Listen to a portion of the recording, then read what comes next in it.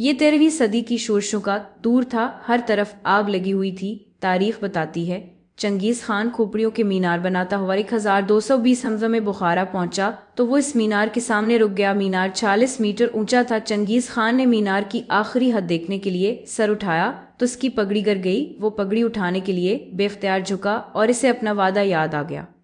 اس نے خود سے وعدہ کیا تھا وہ زندگی میں کبھی کسی کے سامنے نہیں جھکے گا، لیکن اینٹوں کے ایک بے جان مینار نے دنیا کے سب سے بڑے فاتح کو اپنے قدموں میں جھکا دیا۔ وہ شرمندہ ہو گیا، پگڑی اٹھائی، سر پر رکھی اور حکم دیا اس پورے شہر میں اس مینار کے علاوہ ساری عمارتیں گرا دی جائیں اور سارے سر اتار دیے جائیں۔ چنگیزی فوج آگے بڑھی، پورے بخارا کے سر اتار کر کلا مسجد میں جمع کیے، سروں کا مینار بنایا اور مینار پر انسانی چربی کا لیپ کر کے آگ لگا دی۔ شہر کی تمام عمارتیں بھی گرا دی گئیں، صرف کلا مینار بخارا کی قدیم مسجد اور اسماعیل سمانی کا مقبرہ بچ گیا۔ مینار پگڑی کی مہربانی سے بچا، جبکہ لوگوں نے مسجد اور اسماعیل سمانی کے مقبرے کو ریت سے ڈھانپ دیا تھا۔ یہ دونوں عمارتیں ریت کا ٹیلہ بن گئیں اور دونوں بچ گئیں۔ فارسی میں کلا بڑے کو کہتے ہیں اور اکا پگڑی کو، لہٰذا یہ مینار بلندی کی وجہ سے کلا کہلاتا ہے یا پھر چنگیز خان کی پگڑی کی وجہ سے کلا مینار، یہ واضح نہیں، تاہم یہ طے ہے وہ عمارت اتنی بلند ہے کہ سر سے ٹوپی گر جاتی ہے۔ اس محاورے نے اسی مینار کے سائے میں جنم لیا تھا۔